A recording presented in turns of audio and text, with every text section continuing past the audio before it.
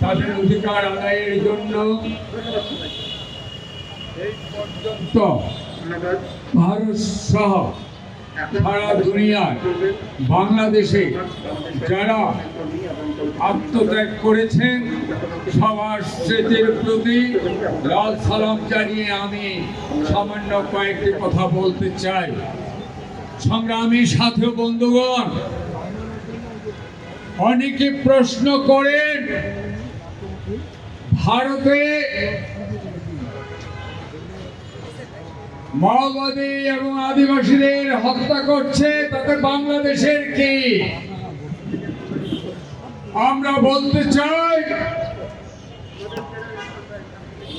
শ্রমিক শ্রেণী, সারা দুনিয়ার শ্রমিক শ্রেণী